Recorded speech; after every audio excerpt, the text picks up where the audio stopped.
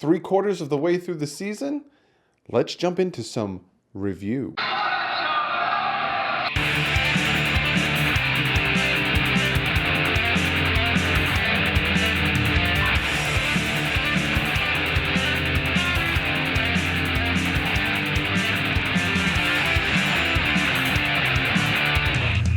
What is up, Fin fans? So my video yesterday broke down talking about Eric Rowe getting his contract extension. I said to you guys, hey, what do you guys think? Some of you guys had some really good name ideas for this video. Some of you guys said 3/4 of a way to the draft. Some of you guys were saying 3/4 of a review. A lot of good suggestions. So I just took them all and I kind of just mashed them. And in my brain, I was like, Miami Dolphins 3/4 season review. Hopefully, I don't know if I put 3/4, like the 3/4, or I put Royal 3/4, but I've commented below. And thank you everyone who suggested a name. I took all of your names seriously, and that's why I kind of came with a consensus, because some of you guys had funny ones, some of you guys have really good ones. I'm going to pop them up. I'm going to pop some of your names up. Just popping them up. Thank you guys for the suggestions. Always appreciate it. Speaking of thank you to you guys, one of you guys sent me a little letter. So that's going to be comment of the day, the letter. Also, Nate got his DouglieDoWrong merch, popping up his pictures over here, repping the merch. He got himself a hoodie. Thank you, Nate, for grabbing some merch. I know some of you other guys grabbed some merch. If you got yourself some merch, be sure to take a picture of yourself wearing it. I will pop it up because I greatly appreciate you guys buying my merch, helping out the channel, helping me out, and just repping the channel, getting it out there. Road to 10K. So in this video, we're going to break down what has happened with the Miami Dolphins through the last 4 games and pretty much the transition from the season till now. Like I said, I'm going to open this for comment of the day, and we will get into it. So let's jump right into it, and let's just talk about what has happened. So before the halfway mark, we won our first game, beat the New York Jets, and hit the halfway mark. And then you would think, hey, we won a game. We're going to stop. We're going to stop what we're doing. Hey, we won a game. Let's get that first overall pick. You know, they're tanking. They're tanking. They got rid of all their talent. They got rid of everyone. They're either purposely tanking. So that's what they're going to do. Nah, we went out and we beat the Indianapolis Colts, got 3 turnovers off of Brian Hoyer, and beat the Colts. And then we had a hiccup. A little bit of a hiccup or two. And then we beat the Philadelphia Eagles this past Sunday. So since the week 9, the Miami Dolphins are 3-2. Since week 9.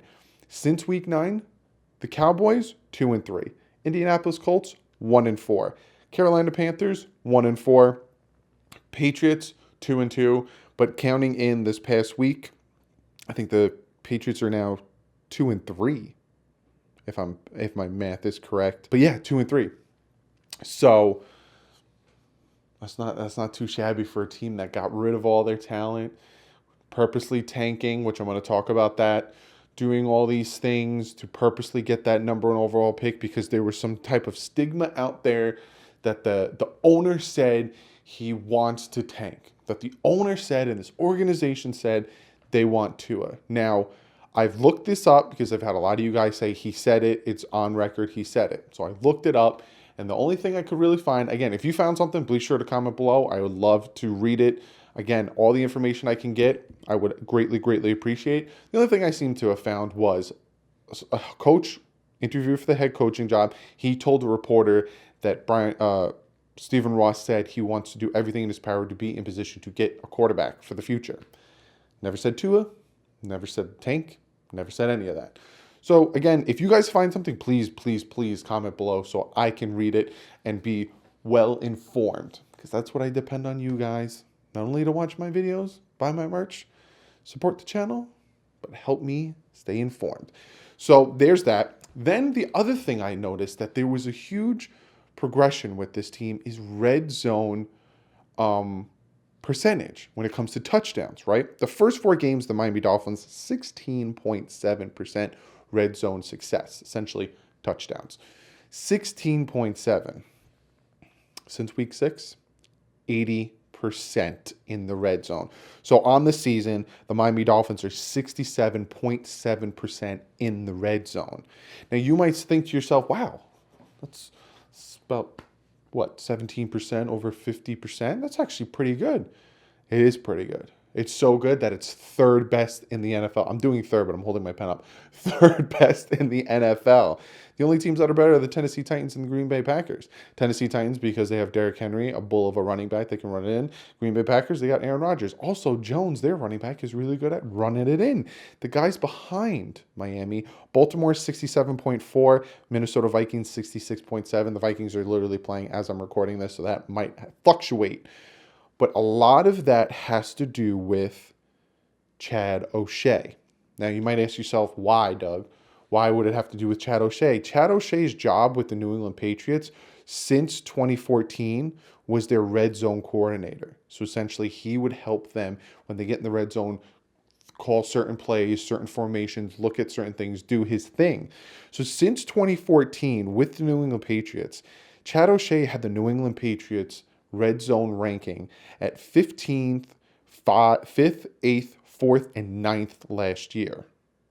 Can you guess now, with Chad O'Shea as the Miami Dolphins offensive coordinator, the New England Patriots this year, 24th ranked in red zone consistency or percentage or success. Let's call it success.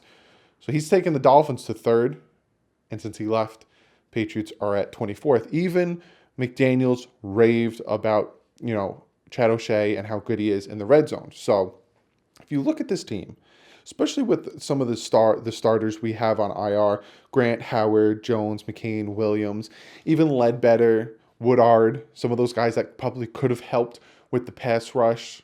Tankersley never got to get a chance to really, do his thing. And you look at what Brian Flores and Chad O'Shea and Graham are doing. Don't get me wrong. Okay, so don't get me wrong.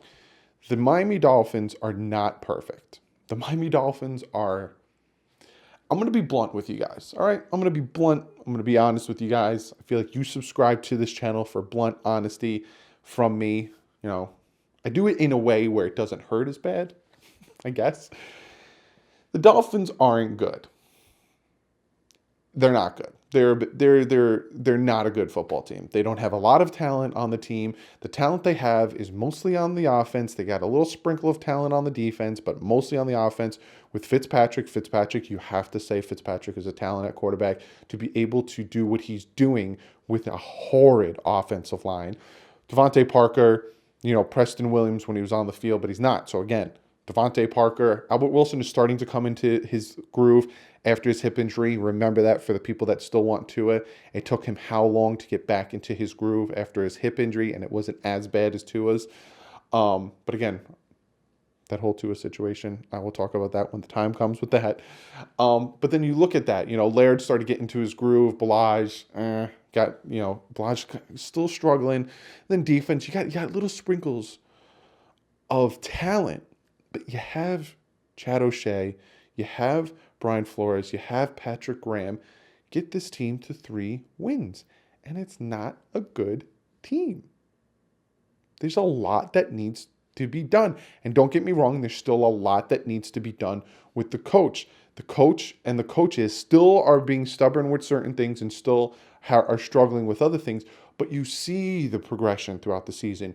You see once the guys start to understand the system, once the guys start to understand what is being run in the organization and on the field, they get it, they fight for it, they play together, and there's success. But then there's also not success. Cleveland Browns game, happened last week. There's still the hiccups. You know what I'm saying? There's still the hiccups, but you see the promise. You see the potential in this team for what they're doing with nothing. Again, this offensive line, there's no edge rushers. There's no secondary really besides Nick Needham. Eric Rowe got his contract extension, which is he's still being paid bottom rank of safeties corners, so he's still not getting paid top notch, which he doesn't deserve to be. He still needs to prove it. But I addressed that in yesterday's video. But the team is still not success, but getting better as the season's going on because they are understanding what Flores is trying to teach. They're moving along in that success. Now, there's something I want to talk about, and that is a video that came out week 3 of the NFL. And that was from, I think it was ESPN or Fox Sport. I don't remember.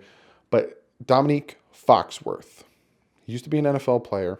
Week 3, he completely was ripping into the Miami Dolphins, right? They were 0-2. They got completely manhandled by the Baltimore Ravens. They got beaten badly by the New England Patriots, which at halftime 13-0. Again, I was like, hey, if that happened now, the Dolphins were down 13-0, they would probably come back and win like they did against the Eagles. But, completely ripping into them. You're putting these players on well-being online. What you're doing is a disgrace to football, like just ripping into it. If you want to know what I'm talking about, because I'm not going to pop it up because copyright and I don't want to get in trouble for it. Dominique Foxworth, look him up for what he said about the Miami Dolphins week 3, ripping into the Dolphins. But you look up a video about him last week, or I think it last week or a week ago, was talking about Brian Flores, Coach of the Year. Now, I'm not talking about Brian Flores, Coach of the Year. What he's doing with this team is commendable. What he's doing with this team and the success he's getting out of this team, even though we're still bottom ranked in some categories, is something that you have to look at and say, hey, let's see what he can do with his talent. Let's see what he can do with his guys. Let's see what he can do with his draft picks, $120 million, all that stuff. Let's see what he could do. But all of a sudden, this guy wants to talk about Coach of the Year. When you were ripping into the team, talking about how this team is putting players' lives in danger, how it's just all this bad stuff. Now, all of a sudden, it's just so funny how all of a sudden, as the season goes on, they start to see what the Dolphins are doing, start to see what they were doing from the first place. I talked about this, and this is probably going to be the 400th time I've brought this up. They were never tanking. I said from jump, if they were tanking, they would not have signed Ryan Fitzpatrick, because Ryan Fitzpatrick is going to win you about 4 or 5 games on his own. And what is Ryan Fitzpatrick doing? Winning now about 3, maybe 4, I don't know, games on his own. They weren't tanking. What they were doing is, hey, someone's going to call and they want to give you 2 first-round picks for this guy. It's hard to tell, if you're in a rebuilding year where you're rebuilding from the ground up, it's hard to say no to that. Also, Mika Fitzpatrick, they wanted to keep Mika Fitzpatrick. If Mika Fitzpatrick would have just stuck around a little bit longer and just bought into the system, he would still be on the Dolphins, and it would be him and Eric Rowe killing the secondary right now. We would have won more games. I think we would win probably about 2 more games right now. But he didn't, and the Dolphins tried to keep him. He didn't want to. They got what they could for him. And it's still, in hindsight, yes, I get he's doing very well with the Pittsburgh Steelers, but they still need a quarterback. Yeah, I get Ben Roethlisberger will come back, but what if he doesn't? What if he's banged up? What if you want to take a quarterback in the first? Oh, you can't. The Dolphins have your pick. See what I'm saying? But when you look at this team, when you look at the 3 quarters of the season we're up to, it's kind of where I expected. After the Ravens game, after the Patriots game, especially the Ravens game, I was like, whoa, my bad. I said a 6-10 season. I was wrong. I'm going to go with a 3-13, 4-12 season, because this team is worse than I thought. And it's kind of where I expect it to be. I'm my motto, rather be surprised than let down. I'm in that middle ground where I'm like, all right. Some of the losses hurt. They really did hurt. But the season as a whole, it's hard for us as Dolphin fans. It's hard for me as a Dolphin YouTuber to constantly come on here and talk to you guys about what is happening. But it's the more they play and the more I see the success in certain areas, like Gesicki, how all of a sudden he's starting to find his all. Devontae Parker, he's on track to get 1,000 yards this season. The more I'm seeing these things, I'm starting to be like, all right, I see what they're doing. I had an inkling at the beginning of the season, but now I'm starting to see what they're doing. I'm liking it. All right, keep building this. Keep showing that you're doing this successful. Don't get me wrong. Like I said, there's things that they're doing, like not incorporating Cox more, not doing certain things on the offense and defense, like, letting certain players go when they could have helped the pass rush. That I was like, why are you doing that? Like, you could be doing this and you could be. So when they do things I don't like, I call it out. But I'm seeing this thing and I'm like, all right, let's see what you do. Don't mess the draft up. I will say that to Greer. You got 6 picks in the first 3 rounds. Do not mess that draft up. I get Gesicki's coming into his all, but don't do that again, where you take 2 tight ends that one can do, and you had the chance to get go dirt. That's all I'm going to say. But in general, when it comes to this season, like I said, it's kind of where I expect it to be, especially after week 1, week 2. It's kind of where I expect it to be. I always told you guys we were going to go in 16. You guys kept asking me where. I said around 3 to 4 wins. I always said that. So I'm in good. I'm a good level, even ground. But be sure to comment below. Let me know what you guys think. Let me know what you guys think of the season so far. What you guys think of Flores, Greer. I love reading you guys' comments because I get a good feel for the fan base. I get a good feel for you guys. I get a good feel for the atmosphere because some of you guys keep it real. Some of you guys are still like, hey, I've been burned way too many times by this organization, me as well. Been burned way too many times. I'm not ready to give them my trust yet. Once they build 2 consecutive winning playoff seasons, then I'll buy in. Good on you. Stay that way because I'm the same way. And then you got some other fans a little bit more optimistic. Something, hey, we're going to do it. I love it. Comment below. Let me know what you think of the season so far. When the season's over, I got a great season review for you guys. So be sure to comment below. And I'm going to get to opening this letter for comment of the day. Now, this letter came from John all the way up in Rochester, New York. And let's see what he sent me in this letter. Hopefully you're okay with me opening it on stream, which I think you are. Oh, he sent me some cards. It's pretty awesome. And bubble wrap. Kept it nice and secure. I just booped the mic. I don't know if you heard that or not. Is this an autograph card? If this is an autograph card, I'm going to lose my marbles, dude. What is this? It is an autographed card. Dude, are you kidding me? No way. I'm going to put it close, but I don't think it'll be able to focus. It's a Preston Williams autographed college card. No way, dude. Draft pick. 2019 draft pick. Collector's ticket. That is crazy. Preston Williams. Thank you so much, John. Thank you. Let's see what he said. Doug, fins up. Hope is believing in your guys no matter what. I had to get his rookie auto. I ended up with a double. Thank you for sending me one. I greatly, greatly appreciate that. Figured you are as sad as me when he got injured. 100% I was. Trust the coach is doing what we need. As much as I'd love to see Rosen, it would be unfair and detrimental to his development to put him out there with the worse opportunity than last year. The fans and media would ruin him for not being the win-all savior. You can't even truly evaluate a player under those conditions. Hope is that we build around him. We know he can play. We know Rosen can throw. We could build a dynasty. Not selling picks for Tua draft is not guaranteed. Just a higher risk, the higher the pick. Needs are at multiple important positions: quarterback, safety, defensive end, O-line. He put it 3 times. Running back. We need a stud running back. Thought Walton was a gem. Turned out, no. Thank you so much for the letter. And thank you so much for that. I agree with what you're saying. We'll see what happens with Rosen. We'll see what happens in the draft. We'll see what happens with all that. But, dude, thank you so much for the Preston Williams card. I greatly, greatly appreciate that. If you guys ever want to send me anything, my mailbox is below. So be sure, if you want, send that out. Greatly, greatly appreciate that, but don't feel like you need to. That was a great letter and a great card. Thank you so much. But be sure to follow me on Twitter. Tweet out things as soon as they break, like when I tweeted out about Eric Rowe. Was talking about some of the stats. When I get stats, film breakdown, all that stuff, I retweet it, give you guys my thoughts on it. So be sure to follow me on Twitter and Instagram. Today, BitBoy's first Christmas episode came out. Be sure to go over, subscribe. If you like what you see, check that out. Other than that, give this video a thumbs up. Give this video a thumbs up because the future looks bright. I say it all the time, but like I said in this video, I like what I'm seeing. We'll see what happens. I'll call it like it is. If things change that I don't like, I'm going to call it out. Did it with Adam Gase, with the Brock Osweiler situation. I will do it all the time. Give this video a thumbs up for that and because you like the content. Be sure to check out DolphinsTalk.com and Sportscaster, two very great sites I'm associated with. One of them is a streaming service. The other one, DolphinsTalk.com. Great content. Other than that, hit the subscribe button. I have so very, very much planned for you guys, especially in the offseason, the draft, all that stuff. So be sure to hit that subscribe button. Other than that, I will see you guys Thursday with the picks video. But like usual, stay classy. Fins up.